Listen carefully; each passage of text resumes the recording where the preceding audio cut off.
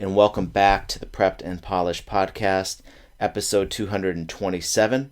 Be sure to join our community. You can find us on any of the social media channels by typing in Prepped and Polished. You can find our podcast on SoundCloud or Facebook or YouTube. Just type Prepped and Polished and you'll find us. If you need tutoring, one-to-one, online, or in person, go to preppedandpolished.com and a chat box will appear. If you are more of a phone person, 781-753-9951. On today's episode, I talked to Cynthia Klein. Cynthia is a parenting expert whose passion is to create more peace in the world by first creating peace in the home. Cynthia's book, Ally Parenting, a Non-Adversarial Approach to Transform Conflict into Cooperation, guides parents through an effective and harmonious approach that empowers them to successfully change and strengthen the family unit. Through her 26 years as a parenting coach, speaker, and author, and mother of a 31-year-old daughter, Cynthia has impacted thousands of families around the world. On today's episode, Cynthia will teach parents how to build stronger bonds with their teens, and she gets very specific, and you're going to learn a lot. And to work with Cynthia Klein, check out www.bridges2understanding.com. bridges2understanding.com. Let's get right to it. Hi, Cynthia. Thanks so much for coming on the Prepped and Polished podcast. How are you today? Wonderful. It's great to be here with you. Great. Can you just tell our audience a little bit about what brought you to where you are today as a parenting expert? Well, I think it started when I was a teenager and I didn't have a good relationship with my mother and I wanted to improve it. So that's kind of the beginning. Like I had this desire to have a great relationship with my own child in the future. So that seed was planted. And then I got my degree in psychology from Berkeley. Then I was an elementary school teacher because I've always been an educator rather than a therapist type. And so I was an elementary school teacher for a while, and then I knew I wanted to use my psychology along with my expertise and education, and it just came into I had a child, and I came into a situation where I could get some training on how to be a parent educator, and that's where it started. And then I got more training, and I was raising my daughter and perfecting the skill of how do you actually help parents think about how they're parenting and guide them into more effective solutions. So I've been doing it for, 26 years now, and I love it. Wow, congratulations. Let's jump right into it. Is there a specific way you think parents can build a strong bond or connection with their teenager? Right. And I want to first put out there that what I'm going to talk about, you can do with any age. It particularly is crucial to have this done with teens. So a lot of times parents try to talk about how do I get my child to do their homework, or how do I get my child to there's kind of this controlling mentality. And I feel very strongly that the fundamental, what needs to happen as the foundation is the relationship with the teenager. So my own daughter is now 31, married recently. So I've been through the difficult teenage years. And what it is, if we can learn how to listen to our teenagers when they have a problem that they want to talk about, not our problem, then if we learn that skill, then that will build an amazing amount of trust for us. It'll build a foundation for mutual respect, and that when they go off and they leave our house, they will still want to talk to us if we know how to respond when they express their own struggle. That makes a lot of sense. How do parents know when to give their teen advice about their problem or when to let the teen solve it? Yeah, this is a tricky skill to learn because there can be a tendency for parents to not understand when it's the teen's problem to solve, or even when it is the teen's problem to solve, to actually give up the parents giving up their own sense of need for control and power because of fear. Fear takes over. Yeah. Like if I don't, right, they're going to do the wrong thing, of which they will, if I don't control them. And so what happens if you don't know when to let them solve their own problem, they will start to pull away from you more and more, and they will not want to share with you. And so when I work with parents privately, so I do a lot of online workshops, and I also work privately as a private coach with parents.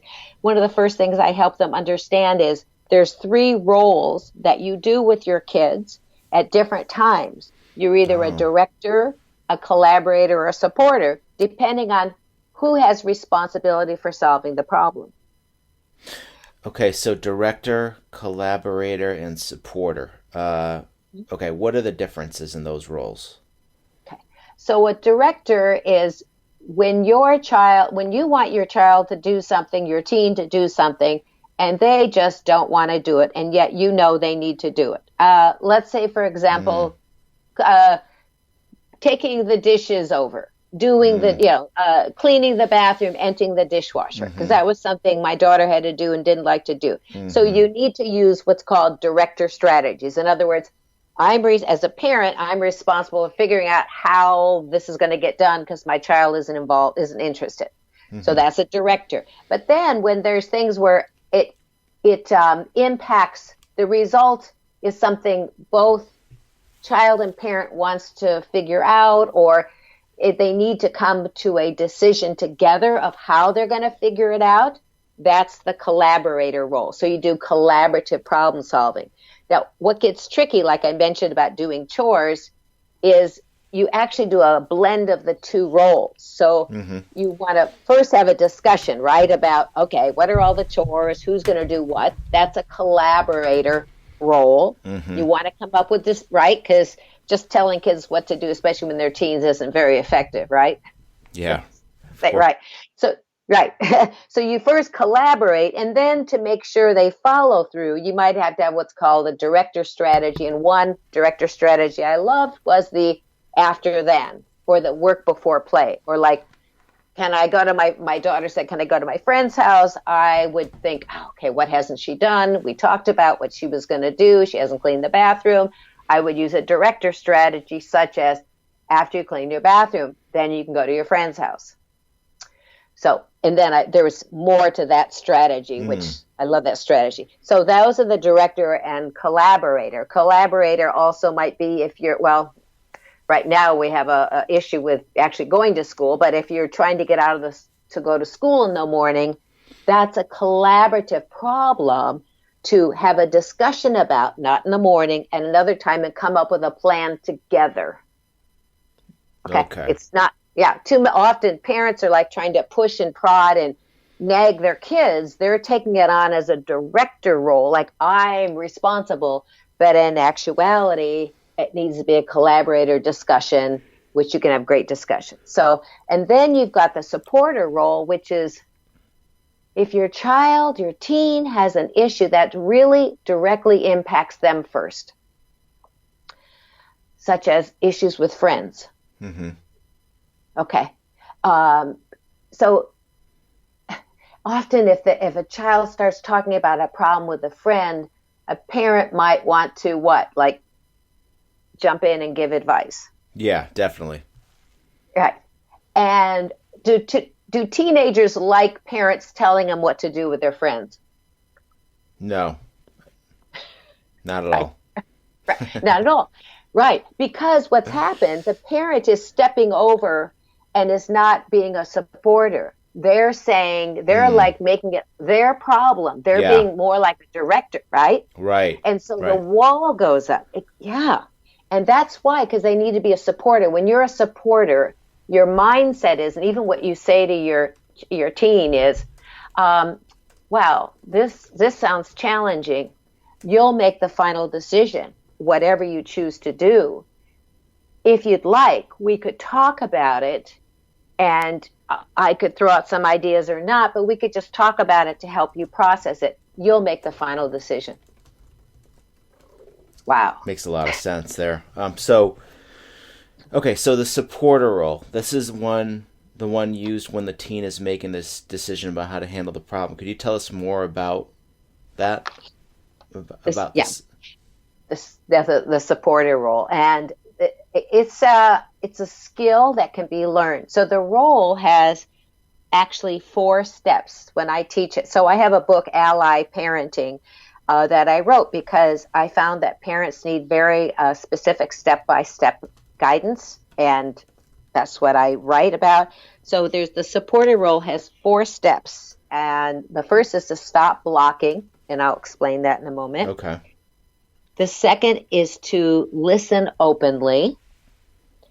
The third is to discuss ideas and let your teen choose the solution. Yeah, that makes sense.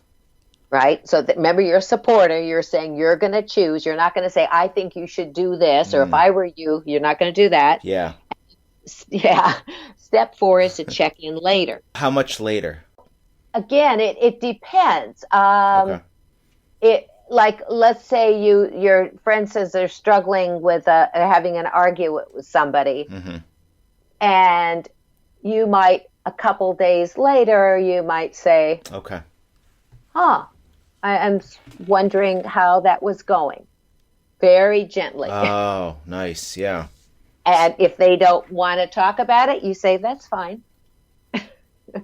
Yeah, you have to pull away. And it's very difficult because parents nowadays are so involved in our kids' lives that when the kids pull away, it's like, this pain and suffering goes on inside parents nowadays. Definitely. Now, what about the blocking part? Can you just tell me a little bit about like what it means to stop blocking? Yeah. Wow. Whenever I can, I love to talk to parents about blocking communication because when I learned about this, I had training, the very first program I did about when a person, so this relates to anybody, we're talking about teenagers, but when a teen or anybody is expressing what they feel and think about their own issue, and we say something that ends up in some way hurting them, it gives them an underlying negative message that feels hurtful. It hurts their self-esteem, and then they either get mad at you, somehow they shut down. They either don't talk to you or they say, that's not right, or you don't understand. So it keeps them from talking. And teens, anybody needs to feel that they are heard. Right? Absolutely. And so when I learned about communication blocks, it's something I applied in all of my life. Like when somebody's sharing something with me, how am I responding? And it's different people like different responses. So with what I'm saying, is that keeping the person talking more, or is it shutting the person down? That's what you pay attention to. So it's not like, well, I didn't mean that, but it's like always thinking. So you think you're always taking responsibility as much as you can to how you're responding. Are you allowing that person to feel that you're listening and you care and they want to talk more? Or are you saying things that make them feel like you don't believe in that they can figure it out? Or, and which is often what happens when parents tell kids what to do. Fascinating. So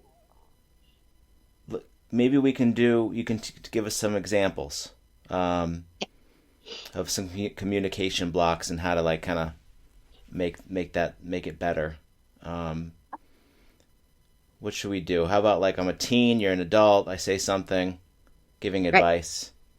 Right. So yeah, I mean, it was great. When I work with parents, I have worksheets because we need specifics, right? Everybody. Yep. I was trained to be a teacher, so I'm a teacher, and so yes, it was great. So I gave you examples. So I think it'll be fun if we role play the examples, and you can be the teen expressing some challenge you're having. I'm going to be the parent, and I'm going to be responding in a way that has an underlying message. Different ones. So, for example, the first one we'll do is giving advice. And when I give you advice, the underlying hurtful message is you can't figure it out on your own. So I have to tell you what to do. So let's try the first one. Okay. I hate math homework. My teacher gives way too much. You should do some when you first get home. Okay. So that could feel like you don't think I can figure it out. Also, it feels like you didn't listen to me. Ah, Right? good point. Good point. All right. So that's great. So we'll keep that in Okay. mind. You said I didn't listen to you because later when we talk about step 2, listen openly, I'm going to show how I could respond so that you would feel like I'm listening to you. Okay. Let's Okay, go through some nice. more. Okay. Okay. So I can never make this project good enough. You might not be good at this, but you are really good at math. Okay. So this is distracting. Distracting. Okay. It can also be placating, but it's like I don't want you to feel those feelings, and I don't want to see you upset. So let's move on to something better. Okay. Now the next one is psychologizing. So this is an interesting. Let's see. Okay. I can't stand my hair. It never looks good. I think you're comparing your hair to those hair commercials. Do you like that response? I mean, it's more clever. Yeah, I mean, it's not, and it's kind of real because we do compare ourselves to society, to the media, and Okay. So if you're okay with it, then it isn't a block for you. So if I said that to another teenager and they got really mad at me, like if they said, "Well, you don't understand," then that would tell me that wasn't helpful. yeah. That felt like a block. So again, it's how the teen responds, how they take it, whether it's a block or not. So let's try commanding. Okay. Mike and Joe won't hang out with me anymore. They're your longtime good friends. You need to fix this. Okay. So how do you like that? I don't. If I were a teenager, I would hate it. That's just me, though. Yeah. So why would you hate it? It's a sense of urgency. It makes me feel a little uncomfortable. It's like you got to do something now. Okay. And I certainly know what you should do and you don't know. Mm-hmm. Definitely. So right. So again, that's the hurtful thing. It's like you can't figure it out. You're stupid. Yes. So there's times that kids say, "You think I'm stupid," to their parents. And the parents say, "I've never said you're stupid." Oh. See, but the underlying message when the blocking might have been that you're stupid. Got it. Yeah. Let's try know-it-all. Okay. Homework is just a waste of time. I'm not going to do it. Homework is not a waste of time. It will prepare you for doing well in college. I feel like a lot of helicopter parents do that kind of stuff, and it's not getting through to the kid. So if it is a block, so every block, so know-it-all is the underlying message is, since I know it all, you must know nothing. Wow. Yeah. So you see, parents are trying to be helpful, but they're actually hurting their kids. And that's what's so important to understand that. Okay, let's just do it. Let's go down to interrogating. Okay. Then we can move on. I don't like school anymore, and I don't want to go.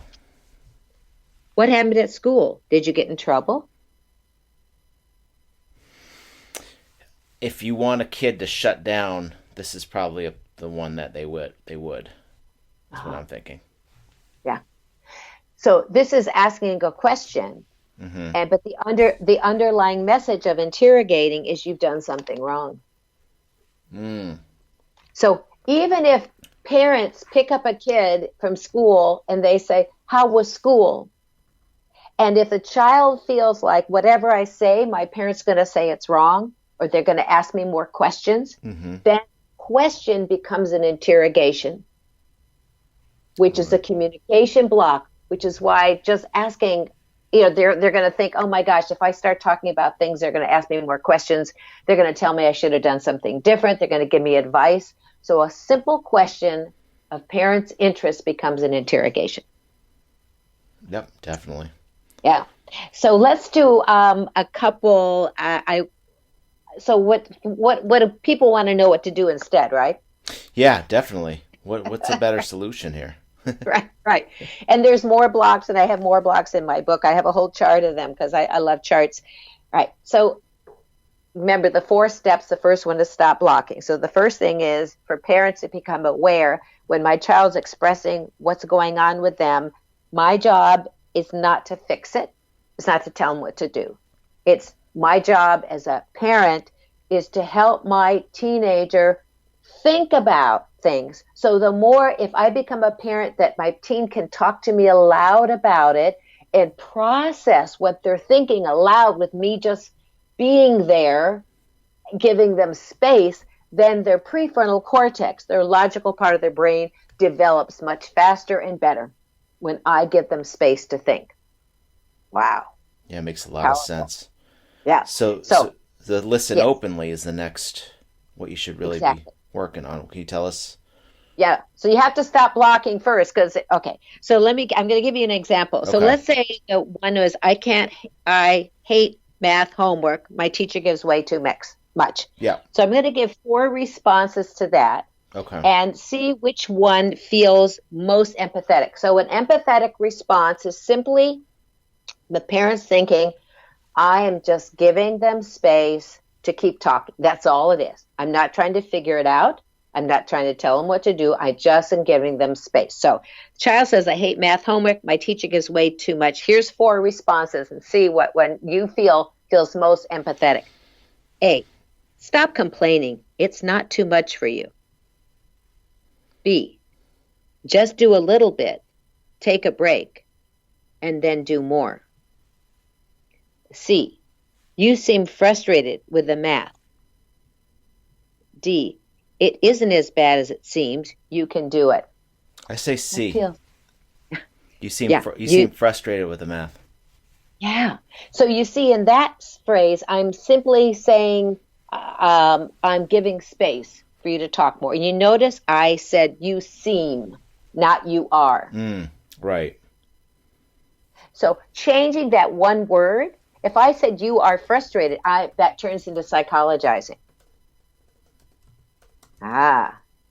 So just with the tentative word, it's like you could even say, I could be wrong.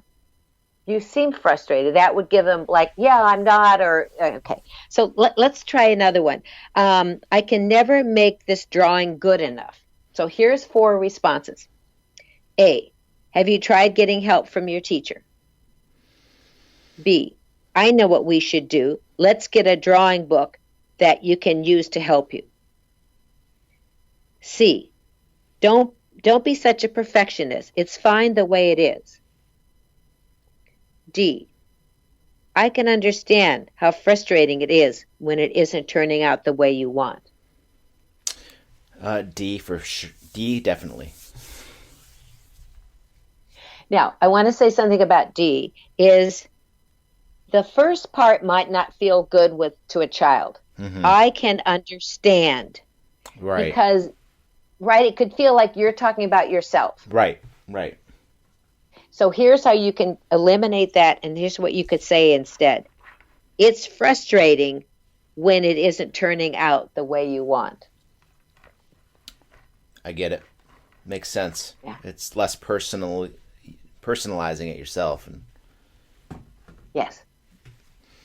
And it's also that I talk to parents about thinkers or feelers, depends on your language that you use. So I'm really big into language. What's the impact of my words? So that's why I work with parents, usually of kids around age 5 to 25. I help parents with kids are in college, right? You want them to keep talking to you when they're in college. Yeah. I had with my daughter, when I took her out with a bunch of her friends when she was a freshman in college, and we went out for pizza, and then we were back in the restroom afterwards, and one of the girls says, Jen is so lucky to have you as a mom. Wow. And I was like, oh, she said, because she can talk to you. Wow. That's fantastic. Yeah. She said, I can't talk to my mom because she'll get all upset. Right. So if parents can learn about this, the how to be the supporter, that's the key foundation. You'll build a great relationship and trust with their teenager. Amazing. And then the other steps were so listen openly, and then do the other ones just kind of fall naturally after that, or do you have to really practice them as well? So we got to discuss ideas and let your teen choose a solution, check in later. So here's the thing. Some teenagers that you might only do step 1 and 2 with them. Just the process of them discussing it helps them formalize ideas. So be careful if the kids are coming out with stuff that you're thinking, oh, that's crazy, that's not going to work, that you don't say anything, because anybody, as we talk through problems, we don't come up to the solution at the beginning, right? Like, it takes a while. So my daughter wasn't keen on then discussing step 3, which is discussing possible solutions. So 1 and 2 helped her a lot. But if you have a teenager, let's say you do have one that is okay with that, and they've expressed themselves, you said some empathetic phrases, and then you might want to try to lead into step 3, which is, I'm wondering if you'd like to come up with some ideas. Maybe we could toss around some ideas of what you could do. Would you like to do that? Sure. Okay. So, and if they say, no, that's okay, thank you, then you just feel wonderful that you did step 1 and 2 with them. Don't feel hurt. Don't feel rejected. Just know that, okay, I've helped my child think. So let's say they do say, let's toss around some ideas. So make sure you don't tell them what to do, that you don't block, and then you'll end up coming up with ideas, and you might say, okay, well, which one do you think you might want to try first? Okay. Yeah. Try first, right? And it might work, it might not. And you might even say, okay, well, so when do you think you might want to do that? That might be pushing it too much. You can just try it. So if you try to push and you get resistance, don't keep pushing. Don't keep pushing. It's their problem to solve.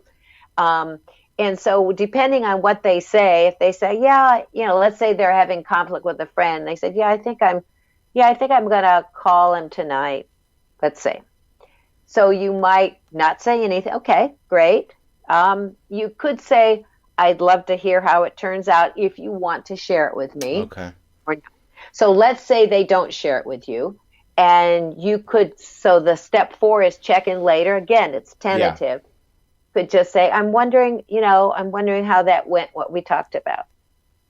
You have to be careful about that, because maybe it didn't go well, and maybe they don't want to talk about it. So when you do step 4, you might kind of say, I realize you might not want to talk about this. If you'd like to talk about it, I'd love to hear how it went. Wow. Yeah, language is so important here. Every word counts. Exactly. So that's why I really like to give parents specific words. Yeah. Because that's what we need. It doesn't come automatically if we didn't grow up with it, which I didn't. Yeah. It doesn't come from love. It comes from skill building. Right. Absolutely. Yeah. Wow. This is awesome. I always ask guests if you have any advice for teens listening to you today. Just words of wisdom as they get ready for college and young adulthood. Wow. See if you can find an adult that you can trust and talk to about what's going on. Whether that's a counselor at school, somebody that you can feel confident about. I think that's important. Who can I trust? And then even, let's say you want to try to trust your parents. If you listen to this and you want them to learn about blocks, you might want to say, I heard about the communication blocks, and this could be helpful for us to talk about. Perfect. Well, Cynthia, thanks so much for coming on the Prepped and Polished podcast, and really appreciate your wisdom and work you do with teens and parents. Wonderful. It's been great being here. So thank you so much for having me. And this wraps up our show today. This was episode number 227 with parenting expert Cynthia Klein. To connect with Cynthia and work with her, check out www.bridges2understanding.com. bridges2understanding.com. I hope you enjoyed today's episode 227. Rewind and go back to 192, my conversation with Gina Beagle. She talks about how teens can reduce stress. And our next podcast, episode number 228, is coming in next week or the week after. It'll be our next tutoring tips episode. You can check out our podcast by going to prepandpolish.com/podcast, or you can go to soundcloud.com/prepandpolish, or you can go to youtube.com/prepandpolished. Thank you for joining us on the Prepped and Polished podcast. Now go out there and take control of your education.